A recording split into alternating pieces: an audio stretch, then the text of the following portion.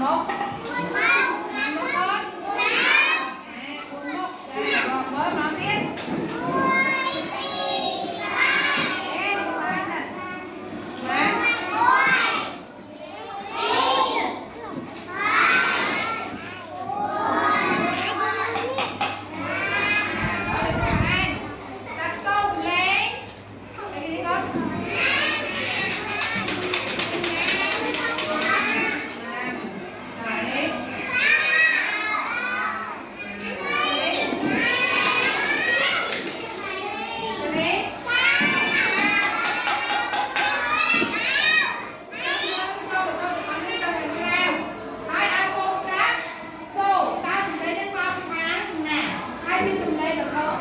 rồi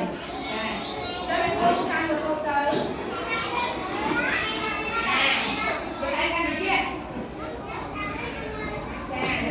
căn được chưa đâu bây giờ nâng mặt được chưa chứ nâng cô cùng đây thầy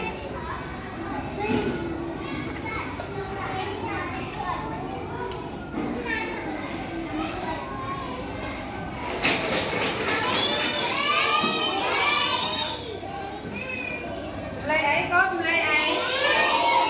hả lưới chân cái nào nào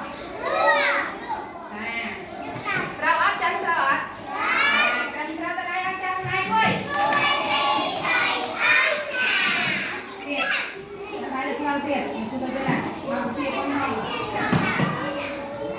chăm sắp đẹp cừu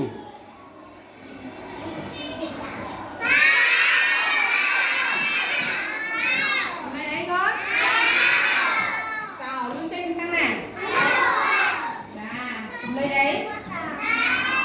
lấy tàu trăng ra trăng này ơi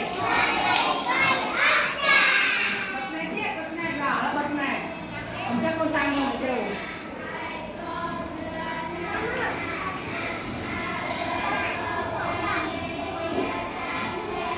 chăm sắp đầu tiên